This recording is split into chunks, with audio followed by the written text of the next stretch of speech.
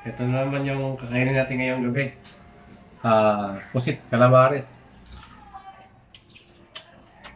Hop. Sasawsaw ko pala sa ano, suka na sa tuba na may ano, maraming sibuyas. Good.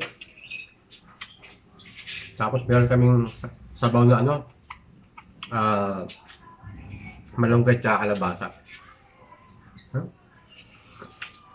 Liit pala. Sarap pala yung partner nito.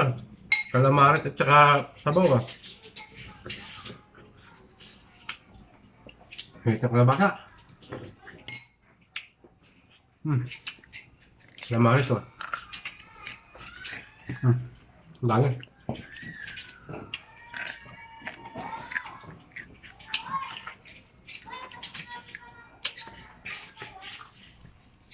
Ano crispy yung pusit?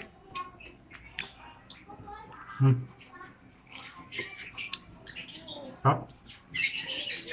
Ano?